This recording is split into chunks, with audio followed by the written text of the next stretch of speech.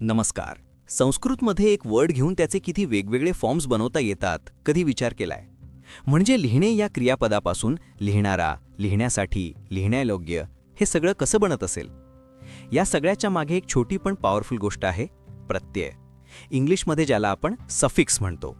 आज आपण हे सफिक्सेस म्हणजेच प्रत्यय थोडं सोपे करून समजून घेऊयात. बेसिकली प्रत्यय म्हणजे शब्दाच्या ओर वर्ब रूटच्या शेवटी लागणारा एक छोटा पार्ट जो त्याचा अर्थ बदलून टाकतो. 3 मेन टाइप्स आहेत. फर्स्ट, कृदंत, जे वर्ब रूट्सना म्हणजे धातूंना लागतात. सेकंड, तद्धित, जे नाउन्सना किंवा ॲडजेक्टिव्हजना लागतात. आणि थर्ड, स्त्री प्रत्यय, जे पुल्लिंगी शब्दांचे स्त्रीलिंगी वर्ड्स बनवतात. सिंपल.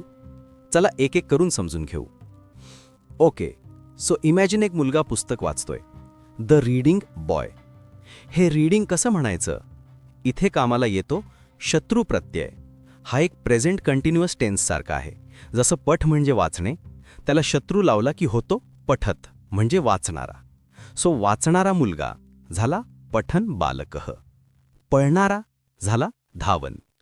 आता पुस्तकात एक वाक्य आहे, गच्छन्तः यात्रिणः जलम पिबन्ति, म्हणजे जात असलेले प्रवासी पाणी पितात. इथे गच्छन्तः म्हणजे जाणारे. कळाले?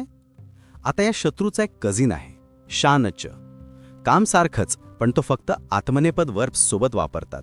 जसं की सेव म्हणजे सेवा करणे, त्याचा होतो सेवमानः म्हणजे सेवा करणारा. सो गुरुम सेवमानः छात्रः सफलताम लभते, म्हणजे गुरूंची सेवा करणारा विद्यार्थी सफलता प्राप्त करतो. सो शत्रू आणि शानच म्हणजे आपले इंग्लिशमधले ING फॉर्म. पुढे जाऊयात.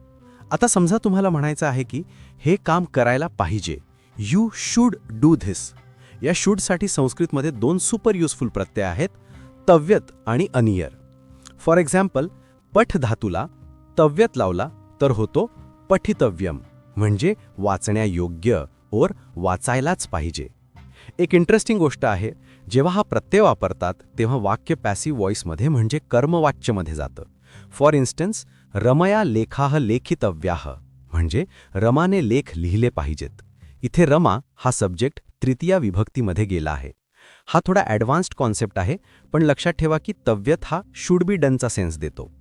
त्याचा मित्र अनियर पण सेम काम करतो. याचा अर्थ वर्थी ऑफ किंवा शुड बी डन असा होतो. पूज धातूला लावला तर होतो पूजनीय, म्हणजे प्रेजवर्दी और पूजनीय. बालैहि वृद्धाः पूजनीयाः, म्हणजे मुलांनी वृद्धांची पूजा करावी, त्यांचा आदर करावा. सर्वैहि जलम रक्षणीयम, सगळ्यांनी पाण्याचे रक्षण करावे. सो तव्यत आणि अनियर हे दोघेही ड्युटी किंवा ऑब्लिगेशन दाखवण्यासाठी वापरतात. आपण वर्ब्सबद्दल बोललो, आता नाउन्सकडे येऊयात.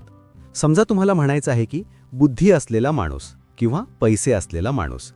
इथे आपल्याला मतूप आणि वतूप हे 2 प्रत्यय हेल्प करतात. यांचा अर्थ होतो पजेसिंग और एंडाउड विथ. एक सिंपल रूल आहे, जर शब्द अ या स्वराने एंड होत असेल, जसा की धन, तर वतूप वापरायचं. धन अधिक वतूप बरोबर धनवान. जर अ सोडून दुसरा स्वर असेल, जसा की बुद्धीमध्ये ई आहे, तर मतूप वापरायचा.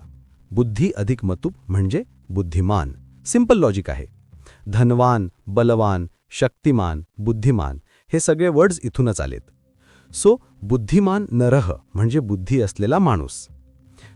पुढचा प्रत्यय ग्रुप आहे त्व आणि तल. फ्रेंडशिप, ग्रेटनेस, काउंडनेस हे इंग्लिश वर्ड्स ॲब्स्ट्रॅक्ट नाउन्स आहेत ना. संस्कृतमध्ये हे कसे बनवायचे? 2 प्रत्यय आहेत, त्व आणि तल. मित्र शब्दाला त्व लावला की होतो मित्रत्वम म्हणजे फ्रेंडशिप. महतला लावला की महत्वम म्हणजे इम्पॉर्टन्स.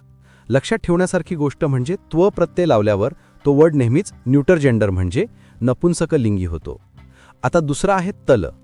हा लावल्यावर वर्ड फेमिनाईन म्हणजे स्त्रीलिंगी होतो आणि शेवटी ता लागतो. जसं जड अधिक तल म्हणजे जडता, लघु अधिक तल म्हणजे लघुता. कृष्ण सुदामनोह मित्रता विश्वप्रसिद्धा, म्हणजे कृष्ण आणि सुदाम्याची मैत्री विश्वप्रसिद्ध आहे. इथे मित्रता हा तल प्रत्यय लावून बनला आहे. आता येतो एक असा प्रत्यय जो तुम्ही नक्कीच ऐकला असेल. धर्मापासून धार्मिक कसा बनतो, समाजपासून सामाजिक. यामागे आहे ठक प्रत्ययाची जादू. रूल असा आहे की ठक प्रत्यय शब्दाला लागताना त्याचा इक होतो आणि अजून एक मॅजिक होतं, तो शब्दातल्या पहिल्या स्वराला फर्स्ट वोवेलला स्ट्रेच करतो म्हणजे वृद्धी करतो, अचा आ करतो. म्हणून धर्मचा धार्मिक होतो, इतिहासचा ऐतिहासिक होतो, नगरचा नागरिक होतो. Cool right? हा प्रत्यय रिलेटेड टू किंवा बिलॉंगिंग टू असा मिनिंग देतो. एषः धार्मिकः ग्रंथः अस्ति म्हणजे हा एक धार्मिक ग्रंथ आहे. अँड फायनली सगळ्यात सोपा पार्ट, मॅस्क्युलाइन वर्डला फेमिनाईन कसं करायचं. याला म्हणतात स्त्री प्रत्यय. आपण 2 मेन प्रत्यय बघूयात, टाप आणि नीप. टाप प्रत्यय फक्त आ ॲड करतो, जसं छात्र म्हणजे मेल स्टुडंट म्हणजे अधिक टॅप बरोबर छात्रा म्हणजे फिमेल स्टुडंट. अज म्हणजे बोकड पासून अजा म्हणजे बकरी, बालक पासून बालिका. आणि नीप प्रत्यय ई ॲड करतो, जसं नद म्हणजे रिव्हर मॅस्क्युलाइन फॉर्म, अधिक नीप म्हणजे नदी. देव पासून देवी, गुणवत पासून गुणवती. It's all about knowing when to add आ अँड वेन टू ॲड ई. तर हे होते प्रत्यय, संस्कृत ग्रॅमरचे बिल्डिंग ब्लॉक्स. एक पठधातू घेऊन आपण पठन म्हणजे वाचणारा, पठितव्यम म्हणजे वाचायला पाहिजे आणि पठनीयम म्हणजे वाचण्यायोग्य हे सगळं बनवलं. एक धन शब्द घेऊन धनवान बनवला, एक धर्म घेऊन धार्मिक बनवला. एकाच रूटपासून किती पॉसिबिलिटीज ओपन होतात बघा. हे प्रत्यय म्हणजे एका प्रकारे ग्रॅमरचे मॅजिक स्पेल्स आहेत, जे शब्दांचे रूप आणि अर्थ दोन्ही बदलून टाकतात. पुढच्या वेळी जेव्हा कोणतेही संस्कृत शब्द वाचाल, ट्राय करा त्यातला प्रत्यय ओळखायचा. खरंच मजा येईल. भेटूया लवकरच.